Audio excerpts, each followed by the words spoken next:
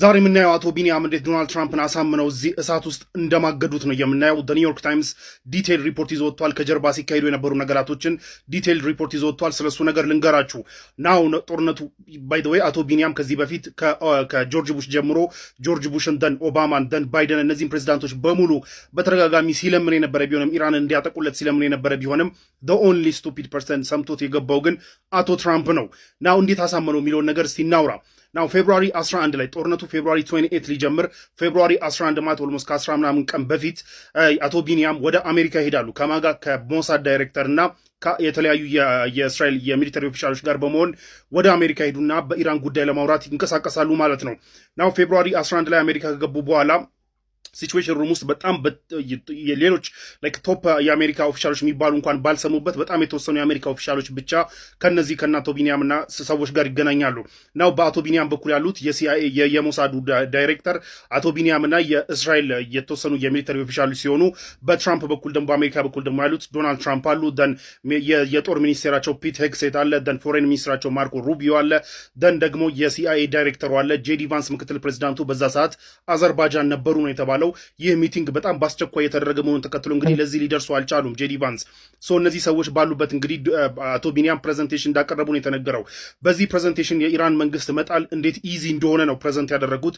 ህዝቡ ኦልሬዲ ተነስቶ አምጾ ጫፍ ደርሶ ነበር። አሁን ትንሽ ሰፖርት ነው የሚፈልገው። እኛ ሰፖርት ካደረግነው የኢራን መንግስት መጣል እንችላለን። ደን በአሜሪካና በዓለም በኩል ያለው ስጋት ሁርሙዝ ሰርጠን ኢራን ትዘጋለች የሚለውም ኢሚዲየትሊ መፍታት የሚቻል ነው። የኢራንን ባሊስቲክ ሚሳይል ፕሮግራም እንዲሁም ኔቪዎቿን ወዲያው አጥቅተን ሳምንት ባልሞላ ጊዜ ውስጥ በጣም በትንሽ ጊዜ ውስጥ ማዳከም ስለምንችል ሁርሙዝን መዝጋት አይችሉም። ፕራክቲካሊ መዝጋት እንዳይችሉ አድርገን ማዳከም እንችላለን። ቀላል ነገር የሚያሳስብ ነገር አይደለም ብለው ፕሬዘንት ማድረጋቸው ታውቋል። በሌላ በኩል ደግሞ ዲካፒቴት ካደረግነው አያቶላውን መግደል አለብን። አያቶላውን ከገደልነው መንግስቱ ራሱ ኮላፕስ ሊያደርግ ይችላል። ደን ደግሞ ኦን ቶፕ ኦፍ ዳት ደግሞ አያቶላው ከተገደሉ ኤንድኛ ጥቃት ከፈጸምን ህዝቡ ይነሳልናል ብለው ፕሬዘንት አድርገዋል። ህዝቡ ይነሳልናል።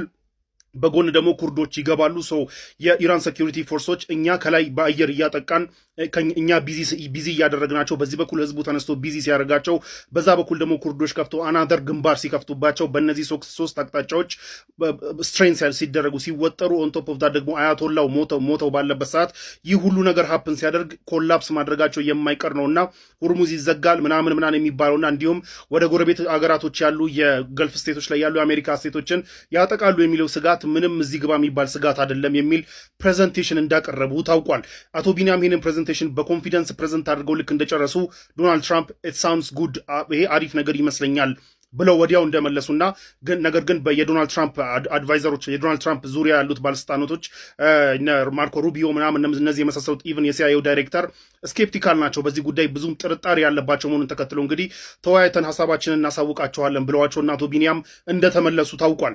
ያኑ ቀን ፌብሩዋሪ 11 ማታ ላይ እንግዲህ ያኑ ቀን ከስብሰባ በኋላ የሲአይኤው ዳይሬክተር ሲአይኤ አቶ ቢኒያም ያቀረቡትን ፕሬዘንት ተከትሎ ሲአይኤ ደግሞ ፕሬዘንቴሽን ተከትሎ ሲአይኤ ደግሞ የራሱ የሆነ ኢንፎርሜሽን አለው። ያንና ይህንን አስተያይቶ አናደር ሪፖርት እንዲያቀርብ ለነጋታው ለፌብሩዋሪ 12 ቀጠሮ የተሰጠውና ሲአይኤ አዳሩን እንግዲህ ያንን አሰስ ሲያደርግ እንዳደር ነው የተነገረው።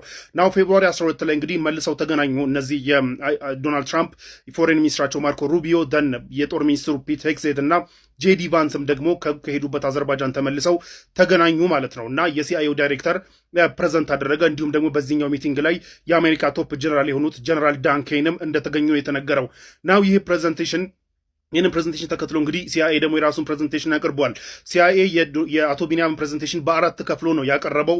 አንደኛው ዲካፒቴት ማድረግ አያቶላውን መግደል የሚባለው ነገር ይቻላል ብሎ ነው ሲአይኤም ያቀረበው። ሁለተኛው ደግሞ የኢራንን ሚሊተሪ ፓወር ማዳከም ይቻላል፣ ይሄ ኔቪዋን እና ባሊስቲክ ሚሳይል ፕሮግራሟን ማዳከም ይቻላል የሚለው እሱም ይቻላል ብሎ ሲአይኤ አሰስ እንዳደረገ ቀርቧል።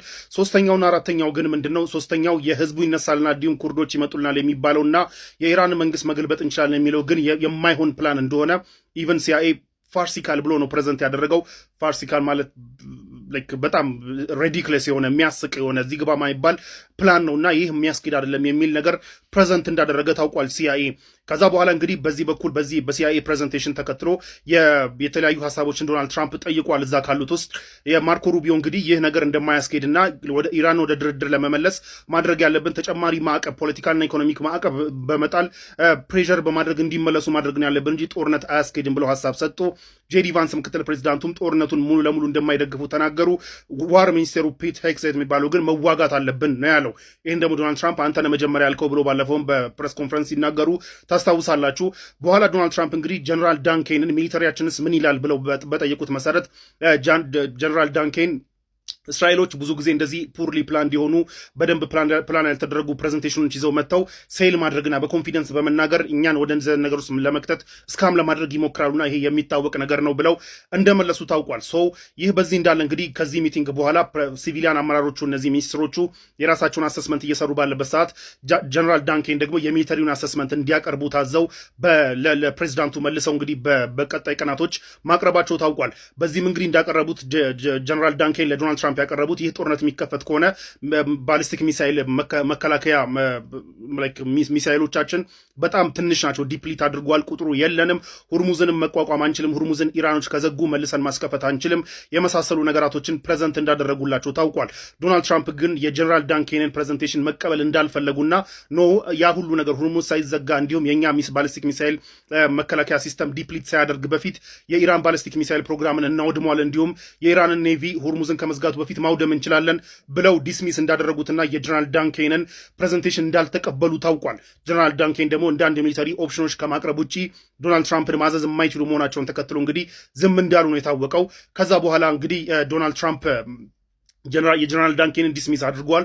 ዶናልድ ትራምፕ እዛ ጋር እየተነገረባቸው የነበረው ነገር ምንድን ነው? አንድ ላለፉት 47 ዓመታት ለአሜሪካ ውጋት ሆና የቀጠለችውን ኢራን ያለፉት 47 ዓመት ሙሉ ያለፉ የአሜሪካ ፕሬዚዳንቶች ኢራንን ማስተንፈስና ይህን ሬጂም መጣል አለመቻላቸውን ተከትሎ አይ ዊል ቢ ዘ ፈርስት ፕሬዚዳንት፣ እኔ የመጀመሪያውና ትልቁ ፕሬዚዳንት ሆናለሁ ኢራንን ማስተንፈስ የቻለ የሚል ኢጎ እንደነበረባቸውና ይህንን ማሳካት እንደሚፈልጉና ይህ እድል እንዳያመልጣቸው ሲፈልጉ እንደነበረ ነው እየተነገረ ያለው። ለዛ ነው የሚቀርብላቸውን አሰስመንቶች በሙሉ ወደ ጎን ሲያደርጉ እንደነበር የታወቀው። ይህ በዚህ እንዳለ እንግዲህ እስራኤሎች ሌላ ኢንፎርሜሽን ለአሜሪካ መላካቸው ታውቋል። እሱ ምንድነው? አያቶላው በቅርቡ ከቶፕ አድቫይዘሮቻቸው ጋር ስብሰባ ሊያደርጉ ነው። ኦፕን ዴይላት ኦፊሳቸው ስብሰባ ሊያደርጉ ነውና ኦንሊ ኦፕሽን ያለን ይሄ ነው፣ ይህንን እድል መጠቀም አለብን፣ ይህንን እድል ተጠቅመን መግደል አለብን አያቶላውን የሚል ነገር መቅረቡን ተከትሎ እንግዲህ እንደገና ፌብሩዋሪ 26 ጦርነቱ ፌብሩዋሪ 28 ሊጀመር 26 ላይ እንደገና ሲቹዌሽን ሩም ላይ እንደተሰበሰቡ ነው የታወቀው። እዛ ሲቹዌሽን ሩም ላይ ሲሰበሰቡ ግን ሁሉም አቋሙ ታውቋል። ጦርነት የሚፈልገውም የማይፈልገውም አቋሙ ታውቋል። ግን ተሰበሰቡ። የተወሰኑ ሌሎችም ባለስልጣናት እዚህ ላይ ተጠርተው ነበረ። ናው ይህ ነገር በዚህ ጉዳይ ምን እናድርግ ተብሎ ሲባል የዋር ሚኒስተሩ ፒት ሄግሴት ፕሬዘንቴሽን ያቀረቡ ጦርነቱን መዋጋት አለብን ብለው ደን ደግሞ ጀነራል ዳንኬን ደግሞ ጦርነቱን የምንዋጋ ከሆነ ደግሞ መጀመሪያ ልናጠቃቸው የምንችላቸው ፖዚሽኖች እነዚህ ናቸው ብለው ፕሬዘንት አደረጉ።